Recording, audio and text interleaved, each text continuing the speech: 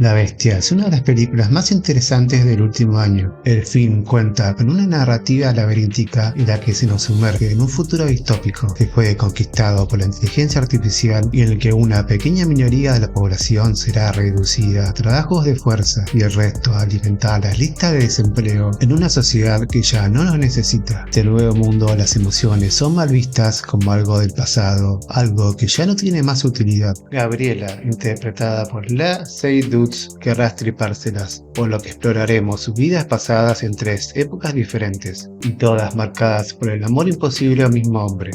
Hoy en Que Peli Vemos analizaremos La Bestia de Bertrand Bonello.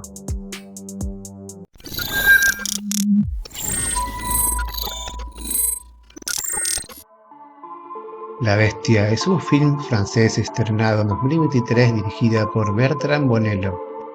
el cual está libremente inspirado en la novela corta titulada La Bestia en la Jungla de Henry James, acerca de un hombre resignado a dejar pasar su vida por miedo a un evento catastrófico inminente que metafóricamente llama como la bestia. En base a esta premisa, Bonello expande la narrativa presentándonos a Gabriel, quien vive en Los Ángeles en el año 2044, en un futuro que la humanidad fue dominada por la inteligencia artificial, en que las emociones empezaron a ser desechables, lo que ha convertido a la vida en una monótica existencia sin sobresaltos. Gabriel está buscando un empleo que esté a nivel de sus capacidades intelectuales, pero el sistema le rechaza por tener emociones fuertes, por lo que deberá pasar por un procedimiento que le purificará el ADN, borrándole todo el recuerdo pasado en que haya vivido o sentido emociones muy fuertes, con el objetivo de crear un mundo sin emociones extremas, una sociedad neutra. Irónicamente, para deshacerse de tales sentimientos, Gabriel primero deberá experimentar estos viejos recuerdos inmundos, además de tener que aceptar de forma totalmente voluntaria el tratamiento, ya que si no se está convencido,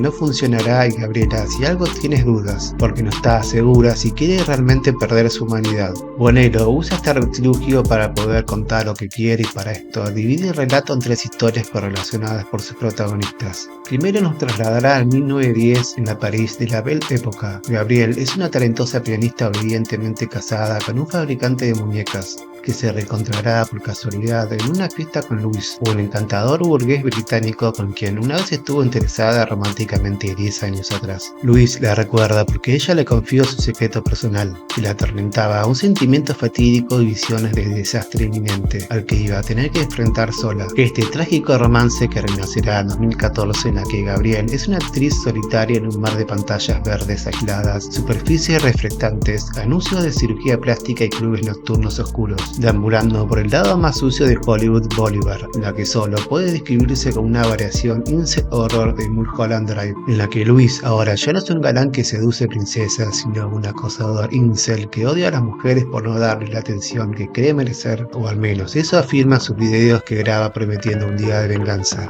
A medida que la narrativa avanza, Bonello juega hábilmente con motivos recurrentes, como las palomas, las muñecas y las inundaciones, creando un entramado simbólico que conecta las diferentes épocas. Estos elementos actúan como presagios siniestros, anticipando a la catástrofe que parece acechar a Gabriel en cada una de sus vidas. Bonello nos muestra un Los Ángeles lynchiano que finalmente transforma la película en lo que se siente como una larga y extraña escena de home invasion, donde el suceso catastrófico ya no se expresa como una mera ansiedad apocalíptica, sino también como una de terror psicológico y tecnológico, en la que Bonello utiliza como arma una forma muy moderna de soledad masculina, jugando con la base del slasher y thriller. La película construye un terror que crece lentamente, no solo a partir del excesismo violento, cuya destrucción ya estamos bien familiarizados, sino también de un sentimiento aún más cósmico sobre un ciclo trágico y pervertido, de sentimientos extremos de aislamiento y amor, que es a la vez más aterrador y a la vez muy real. Gabriel se siente atrapada en este ciclo interminable en el que el miedo a la bestia no hace más que paralizarla ante el futuro y le impide poder vivir plenamente. Esta bestia metafórica representa los terrores internos y las ansiedades que amenazan con consumirla, ya sea en forma de una inundación devastadora,